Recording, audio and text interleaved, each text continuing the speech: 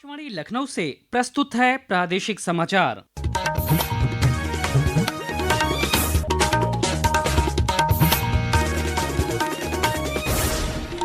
मुख्य समाचार। प्रधानमंत्री नरेंद्र मोदी कल सुबह 11 बजे आकाशवाणी पर मन की बात की 128वीं कड़ी में देश विदेश के लोगों के साथ साझा करेंगे अपने विचार। आकाशवाणी और दूरदर्शन के समूचे नेटवर्क पर प्रसारित होगा कार्यक्रम।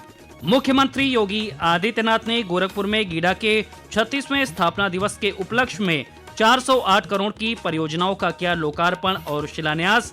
बदलते हुए भारत में उत्तर प्रदेश की अहम भूमिका पर दिया जोर। केंद्रीय कौशल विकास और उद्यमशीलता राज्य मंत्री जयंत चौधरी ने मेरठ में स्पोर्ट एज का किया शुभारंभ। कहा, इस मॉडल से स्पोर्टिंग इकोसिस्टम में रोजगार, निर्यात और समावेशी विकास को मिलेगा बढ़ावा।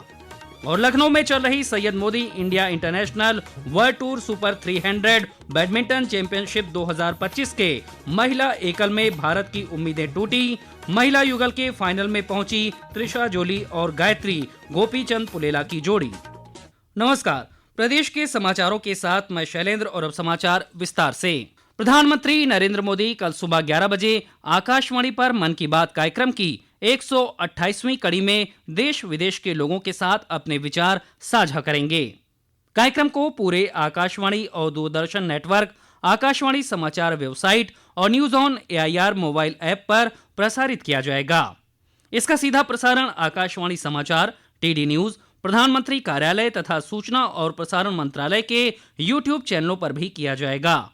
आकाशवाणी से हिंदी में प्रसारण के बाद क्षेत्रीय भाषाओं में भी कार्यक्रम का प्रसारण किया जाएगा। मुख्यमंत्री योगी आदित्यनाथ आज गोरखपुर में गोरखपुर औद्योगिक विकास प्राधिकरण गीडा के 36वें स्थापना दिवस के उपलक्ष्य में आयोजित कार्यक्रम में शामिल हुए।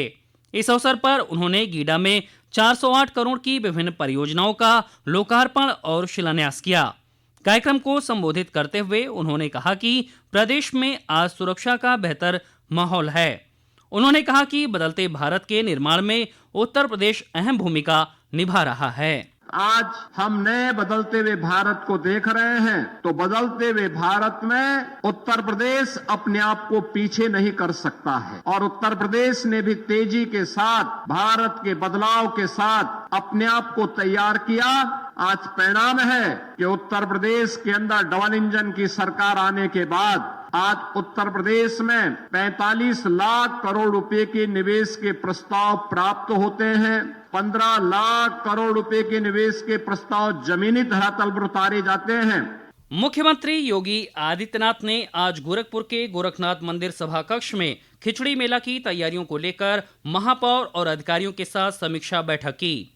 इस दौरान मुख्यमंत्री ने अधिकारियों को निर्देशित किया है कि गोरखनाथ मंदिर में मकर संक्रांति पर लगने वाले विश्व प्रसिद्ध खिचड़ी मेले से जुड़े सभी कार्य 20 दिसंबर तक हर हाल में पूर्ण कर लिए जाए।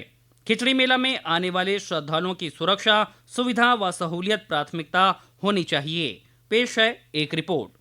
खिचड़ी मेला की तैयारियों की समीक्षा बैठक में मुख्यमंत्री योगी आदित्यनाथ ने विभिन्न विभागों की तरफ से खिचड़ी मेला को लेकर की जा रही तैयारियों की जानकारी ली। बैठक में श्री योगी ने कहा कि हर वर्ष की भांति इस वर्ष भी श्रद्धालुओं की सुविधा के लिए खिचड़ी मेला स्पेशल ट्रेनों का संचालन किया जाएगा। इसके लिए रेलवे प्रशासन से संवाद कर अलग अलग स्टेशनों से मेला स्पेशल ट्रेनों का संचालन कराने की व्यवस्था सुनिश्चित कराई जाए। उन्होंने निर्देश दिए कि खिचड़ी मेला को लेकर परिवहन विभाग विशेष तैयारी करे। श्री योगी ने खिचड़ी मेला में सतर्कता और सुरक्षा व्यवस्था को शीर्ष प्राथमिकता देने के निर्देश देते हुए कहा कि श्रद्धालुओं की सुरक्षा चुस्त दुरुस्त होनी चाहिए। आकाशवाणी समाचार के लिए गिरीश नारायण चौबे, गोरखपुर। केंद्रीय कौशल विकास और उद्यमशीलता राज्य मंत्री जयंत चौधरी ने आज मेरठ के कैलाश प्रकाश स्पोर्ट्स स्टेडियम में स्पोर्ट एज यानी sports and entrepreneurship development for growth and excellence का शुभारंभ किया। इस मौके पर श्री चौधरी ने कहा कि ये पहल स्थानीय युवाओं के लिए नए रोजगार और उद्यमिता के अवसर पैदा करेगी। उन्होंने कहा कि स्पोर्ट एज को एक प्रमाणित और मापनीय मॉडल के रूप में डिजाइन किया गया है, जिससे भारत के भविष्य के स्पोर्ट क्लस्टरों में दोहराया जा सकता है। इससे स्पोर्टिंग इकोसिस्टम में रोजगार, निर्यात और समावेशी विकास को बढ़ावा मिलेगा। हमारे मेरठ में बहुत टैलेंट है और अलग अलग स्पोर्टिंग डिसिप्लिन्स में यहाँ के मेरठ ने बड़े अचीवर पैदा किए हैं, खिलाड़ी पैदा किए हैं। उनको प्रोत्साहन देने के लिए यहाँ के खेल उद्योग को, जो वन डिस्ट्रिक्ट वन प्रोडक्ट में भी राज्य सरकार की नीति का हिस्सा है और एक बड़ा उद्योग है, यहाँ लाखों को रोजगार भी देता है। उस इंडस्ट्री को बढ़ाने के लिए और कौशल विकास की जो संभावना है उसे बढ़ाने के लिए हम लोगों ने संकल्प लिया है। खिलाड़ियों को, उद्योग को और नए उद्यमियों को बढ़ाने के लिए एक नया कार्यक्रम, एक नया अभियान, जिसकी शुरुआत आज हुई। प्रदेश के ऊर्जा मंत्री ए.के. शर्मा ने आज लखनऊ में 1 दिसंबर से लागू होने वाली विद्युत बिल राहत योजना 2025-26 की तैयारियों की समीक्षा की। उन्होंने बैठक में निर्देश दिए कि इस योजना को व्यापक प्रचार प्रसार, नियमित मॉनिटरिंग और ग्राउंड लेवल निरीक्षण के साथ लागू किया जाए। ये समाचार आप आकाशवाणी लखनऊ से सुन रहे हैं। ताज़ा समाचार जानने के लिए आप हमारी वेबसाइट newsonair.gov.in पर लॉगिन कर सकते हैं। इसके साथ ही आप प्रादेशिक समाचारों का ये बुलेटिन हमारे YouTube channel news on AIR Lucknow पर भी सुन सकते हैं। प्रदेश भर में विशेष गहन पुनरीक्षण एसआईआर अभियान जारी है। प्रदेश के मुख्य निर्वाचन अधिकारी नवदीप रेडवा ने जिला निर्वाचन अधिकारियों को निर्देशित किया है कि गणना प्रपत्र संग्रह करने की अंतिम तिथि नजदीक आ रही है। शेष बचे हुए मतदाताओं से यथाशीघ्र गणना प्रपत्र संग्रह कराया जाए। इसी क्रम में पीलीभीत जिले में आज विशेष पुनरीक्षण अभियान एसआईआर के प्रचार प्रसार के लिए स्कूल कॉलेजों में छात्राओं द्वारा रैली निकालकर लोगों को जागरूक किया गया। श्रावस्ती में 3 बीएलओ को उनके उत्कृष्ट कार्यों के लिए सम्मानित किया गया। गाजियाबाद में भी प्रशासन ने 10 बीएलओ को पुरस्कृत किया। वाराणसी के मंडलायुक्त एस राजलिंगम ने विशेष गहन पुनरीक्षण के कार्यों का जायजा लेने के लिए जनपद के विभिन्न बूथों का निरीक्षण किया। गौतम बुद्ध नगर जिले में बीएलओ विनीता सिंह ने बताया कि समय रहते अपने लक्ष्य को वो पूरा करेंगी। मैं घर घर जा रही हूँ और डोर टू डोर फॉर्म बांट के भी आई हूँ और कलेक्ट भी कर रही हूँ। जो समय सीमा 4 दिसंबर तक निर्धारित की गई है, इसके अंदर हम लोग अपना 100% काम करने का सुनिश्चित करेंगे।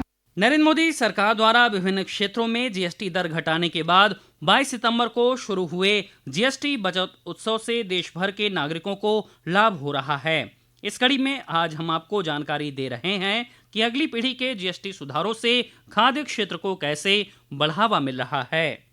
नए जीएसटी सुधारों के अंतर्गत सरकार ने आवश्यक खाद्य पदार्थों पर कर की दरें कम कर आम आदमी को बड़ी राहत दी है। इन सुधारों के तहत पराठा, ब्रेड, रोटी, पनीर और अल्ट्रा हाई टेम्परेचर दूध जैसे खाद्य पदार्थों को अब पूरी तरह से कर मुक्त कर दिया गया है। साथ ही मक्खन, घी, कंडेंस्ड मिल्क और जैम पर अब सिर्फ 5% कर लग रहा है, जिससे मध्यम वर्गीय परिवारों में इन उत्पादों की मांग बढ़ गई है। इसके अलावा नमकीन, भुजिया, मिक्सचर, पीने का पानी, सॉस और चीनी पर लगने वाले 12% जीएसटी को घटाकर 5% कर दिया गया है। आरजू के साथ आनंद कुमार, आकाशवाणी समाचार, दिल्ली।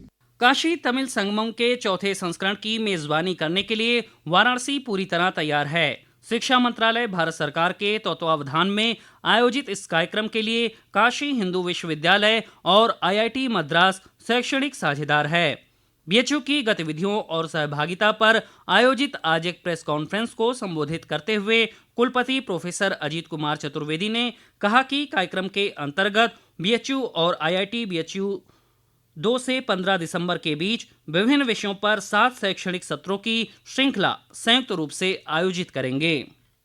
इसमें एकेडमिक पार्ट करने के लिए जो तमिलनाडु से जो लोग आ रहे हैं उनको 7 ग्रुप्स में डिवाइड किया गया है और अलग अलग दिन ग्रुप्स आएंगे और पूरा दिन हमारे कैंपस में रहेंगे और बीएचयू और आईटी बीएचयू के टीचर्स और यहाँ की जो फैसिलिटीज हैं उन सबको जो है देखेंगे, उनको अनुभव करेंगे और उसके हिसाब से जो एक थीम है उसको हम बढ़ाएंगे। लखनऊ में चल रही Syed Modi India international world tour super 300 badminton championship 2025 में आज महिला एकल सेमीफाइनल में भारत की तन्वी शर्मा को जापान की हिना अकेची ने हरा दिया। वहीं सेमीफाइनल के एक दूसरे मुकाबले में उन्नति हुड्डा को भी हार का सामना करना पड़ा। इसी के साथ महिला एकल में भारतीय चुनौती समाप्त हो गई, जबकि महिला युगल के फाइनल में त्रिशा जोली और गायत्री गोपीचंद पुलेला की भारतीय जोड़ी फाइनल में पहुंच गई है। चैंपियनशिप में सभी वर्गों के फाइनल मुकाबले कल खेले जाएंगे। और अंत में मुख्य समाचार एक बार फिर। प्रधानमंत्री नरेंद्र मोदी कल सुबह 11 बजे आकाशवाणी पर मन की बात की 128वीं कड़ी में देश विदेश के लोगों के साथ साझा करेंगे अपने विचार। आकाशवाणी और दूरदर्शन के समूचे नेटवर्क पर प्रसारित होगा कार्यक्रम। मुख्यमंत्री योगी आदित्यनाथ ने गोरखपुर में गीडा के 36वें स्थापना दिवस के उपलक्ष्य में 408 करोड़ की परियोजनाओं का किया लोकार्पण और शिलान्यास। बदलते हुए भारत में उत्तर प्रदेश की अहम भूमिका पर दिया जोर। केंद्रीय कौशल विकास और उद्यमशीलता राज्य मंत्री जयंत चौधरी ने मेरठ में स्पोर्ट एज का किया शुभारंभ। कहा, इस मॉडल से स्पोर्टिंग इकोसिस्टम में रोजगार, निर्यात और समावेशी विकास को मिलेगा बढ़ावा।